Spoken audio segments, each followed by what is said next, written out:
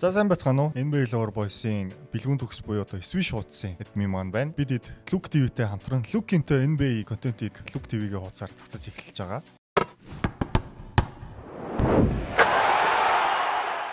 За энэний эхний дугаартаа 1-р шатны 8 цувралыг товч бөгөөд тодорхой хүргэх болно. За энэ жилийн плей-оффоор нийтдээ 1-р шатанд 3 удаагийн гейм 7 гарсан.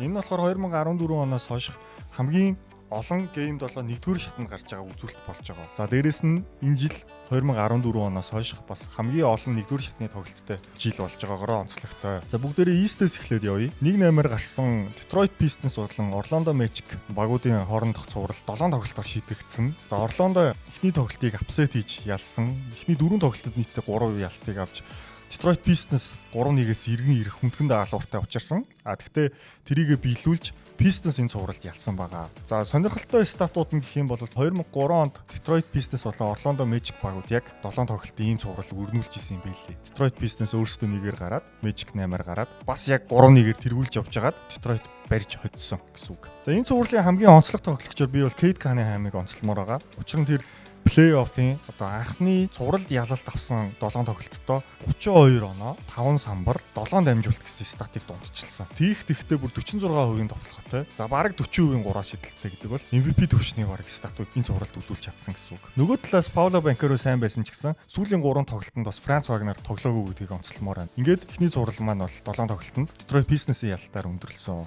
За дараагийн цуврал болох 2-7-гийнх буюу Boston Celtics болон Philadelphia 76ers гэсэн битний сайхан өрсөлдөгчдийн дахин нэг плей-оффын цуврал болсон. Boston Celtics бас эхний 4 тоглолтын 3-т нь ялж 3-1-ээр тэргүүллийг авсан. За Joel Embiid эхний 3 тоглолтод оролцоогүй. Уламаар 5 дахь тоглолтоос эхлэн Celtics-ийн талбай дээр Sixers хоцсон. За Sixers дахиад талбай дээр хоцсон.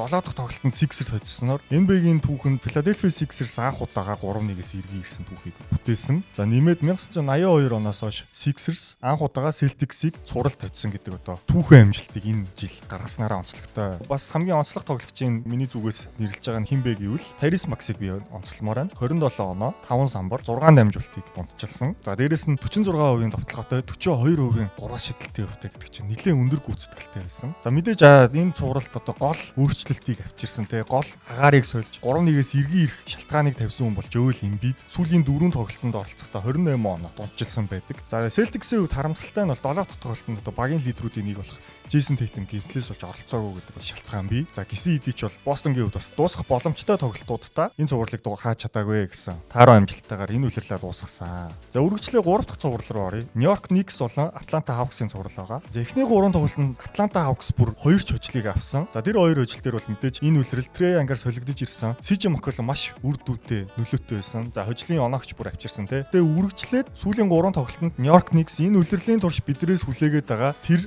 New York Knicks-ийн тоглолтыг үзүүлж сүүлийн 2 тоглолтод нийлээд бараг 80 хоноогоор хоцсон. За энэ цувралын онцлог тоглогчор би бол Karl Anthony Towns-ыг онцлмоор байна. Учир нь Atlanta Hawks-ийн дутуу тал болох одоо самбарын сул талыг бол бүрэн өөрсдөө ашиглаж хамгийн шилдэг найруулагч нь болсон, хамгийн шилдэг самбарын тоглогч нь болсон те. Хамгийн үр дүнтэй те талбай дээр нэмэх хасах үзүүлэлтээрээ тэргүүлсэн гих мэтчлэн. Айгүй их үр ашиг өндөртэй тоглосон. Бидний мэддэг катаас өөр бараг Jokic шиг кат бол тоглож чадсан. За дээрэс нь OG Anunoby энэ цувралд үнэхээр төгсөөсөн хоёр талд тоглосон те. Jalen Johnson-ыг нөгөө талд локап хийсэн. За Jalen Brunson-ны хувьд эхний 3-4 тоглолтод таараа байсан ч гэсэн сүүлийн 2 тоглолтод хаалтын тоглолт ихтэй бол маш сайн тоглосон. Тэгээд одоо ч гэсэн сайн тоглож байгааг та хэд мэдэх бах. East-ийн сүүлийн цуврал руу орцгоё. 4-5-аар гарсан. Цагаараа бол хамгийн ихэнд гарч. За цагаараа ч гэсэн хамгийн сүүлд дууссан цуврал бол Toronto Raptors болон Cleveland Cavaliers-ийн цуврал. Бас л 7 тоглолтод шийдэгдсэн. За энэ цуврал бол ерөөсөө хамгийн сонирхолтой зүйл нь юу вэ гэхээр бүх хоцсон тоглолтууд бүгд аль багуудын талбай дээр болсон. 2-2 болоод араас нь 3-3 болж байгаа. Тэгээд 7 дахь тоглолтод Jared Allen онцгороод энэ цувралд Cavaliers хоцсон. Тэгээд энэ цувралын онцлог тоглогчор гэхдээ би Cavaliers-ээс нэрлэхгүй. Учир нь эсрэг багийн лидер болох Scottie Barnes ердөө 2 дахь плей-оффын цуврал нь тэгсэн хэдий ч ер нь бол Cavaliers-ийн 3 All-Star хэмжээний тоглогчоос бол илүү статтай, илүү импакттай тоглосон гэж бол би үзэж байгаа. Энэ цувралд болохоор Scottie Barnes 24 оноо, 6 самбар, 8 дамжуулалт дундчлахтаа 50% гүйт товтлооны гүйцэтгэлтэй, 38% 3 шидэлтэй. За дээрээс нь Evan Mobley, Jarrett Allen, James Harden, Donovan Mitchell бүгдийн локап хийж чадсан. За харамсалтай нь баг нь ялагдсан л да. Нөгөө талаас бол Harden Mitchell хоёр бол яг айлын талбай дээр тааруу тоглоод өөрсдөө өөрсдөө талбай дээр нэлээд сайн тоглож исэн дүр зураг ажиглагдсан. За энэхүү нэгдүгээр шатнаас бол Detroit Pistons, Cleveland Cavaliers, Philadelphia 76ers болон New York Knicks гэсэн дөрвөн багууд шалгарсан юм аа. Үргэлжлээд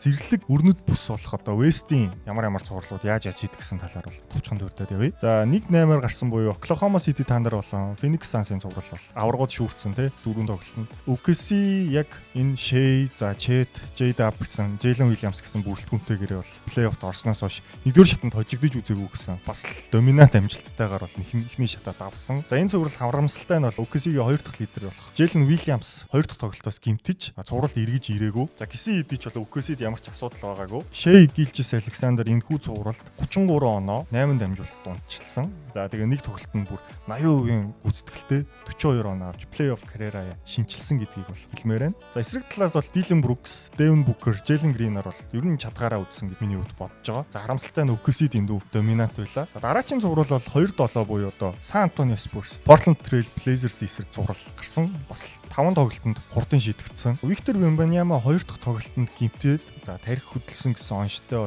бол 3 дахь тоглолтыг өнцсөн. За гисэн хэдий ч 1-1 болсон цувралын араас Spurs-ийн за Stephen Castle те Dylan Harper гэх мэтчлэн өсөж яваа залуучуудын хүчтэй чармаалтын үндсэнд Portland-ыг бол талбай дээр нь хоцсон. За улмаар дараагийн 2 тоглолтод Victor Wembanyama хурж ирээд энэ цувралыг бол 5 тоглолтод дуусгасан. Цувралын хамгийн мэдээж онцлог хүн гэвэл Victor Wembanyama-гийн анхны плей-оффын цуврал. Энэ цувралтай мань хүн 21 оноо, 8 самбар, за 4 блок гэсэн дундчтайгаар бол нэлээд даруух статтай дуусгасан гэж бол тооцоолж байна. За эсрэг багаас бол Drew Holiday, за Danny Avdija, Donovan Clingan, Jeremy Grant гэдэг олон тоглогчид давгүй тоглосон хэдий товтлогоон дээр бол Portland Trail Blazers баг дутсан. За дараагийн 3 дахь цуврал бол Denver Nuggets болон Minnesota Timberwolves гэсэн. За энэ плей-оффын нэгдүгээр шатанд гарсан хамгийн том апсет гэж бол би энийг нэрлэмээр байгаа. Учир нь цуврал эхлэхэд Denver Nuggets-ыг ихэнх одоо сайтууд те аналистууд за магадгүй бид нар дотроо ч гэсэн ихэнх нь Denver Nuggets-ыг хожин цувралд илүү баган те илүү тоглогчтой багна гэж ярьж ирсэн. Дээрээс нь Anthony Edwards цуврал эхлэхэд бол бага хэмжээний гэмтэлтэй байсан. За цувралын дунд Donte DiVincenzo үлрэрлэн дууссан гэх мэтчлэн маш хар бараа үйл явдлууд болсон хэдий ч энэ цувралын ялагч нь 6 тоглолтод Minnesota Timberwolves болж чадсан.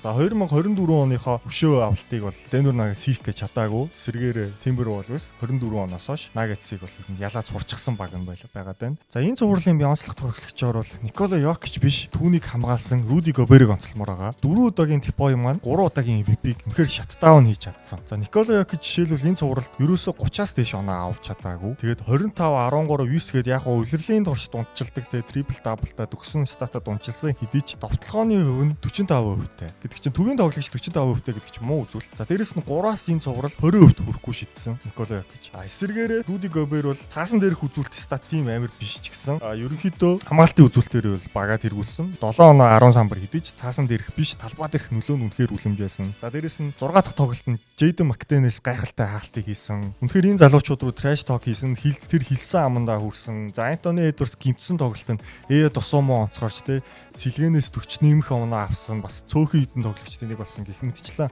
Minnesota Timberwolves багийн бүх тоглогчид үнэхээр хүчин чармаалтай тоглосны үр дүнд 6 тоглолтод апсет хийж чадсан гэж бол миний хувьд бодож байна. За бид ч гэсэн подкастаараа энэ талаар нэлээд дэлгэрэнгүй байсан. Та бас NBA Lover Boys-оос бид эдийн дэлгэрэнгүй анализыг үзэх боломжтой шүү. За хамгийн сүүлийн цуврал болох West-ийн хамгийн бас сонирхолтой дээрээс нь олон үзэгч татаж чадсан цуврал бол одоо LeBron болон KD-гийн багууд 2018 оноос хойш дахин нэг удаа таарсан. Гэхдээ харамсалтай нь энэ цувралд бол Kevin Durant ердөө ганцхан тоглолтод тоглосон. За дээрээс нь LeBron James энэ цувралд одоо багийн ахлагчийн дүрээр дахин нэг цувралын ялалтыг авч 4-2-оор Lakers энэ цувралд бас хоцсон. Цуврал эхлэхэд бол аль багаас нь бол бүрэлдэхүүний мэдүүлэг авахад Luka Doncic бол угаасаа тоглохгүй гэж хэлсэн.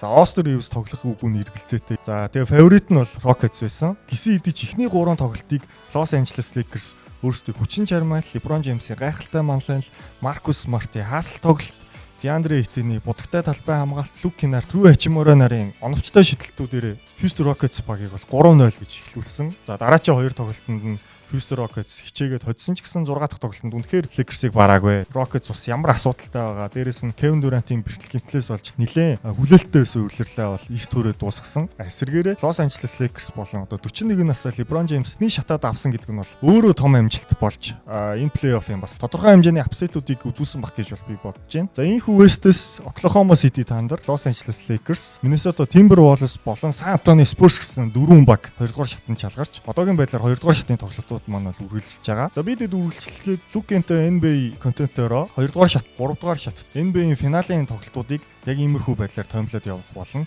Та бүхэн Luke TV-гийн хуудастай хамт байгаарай.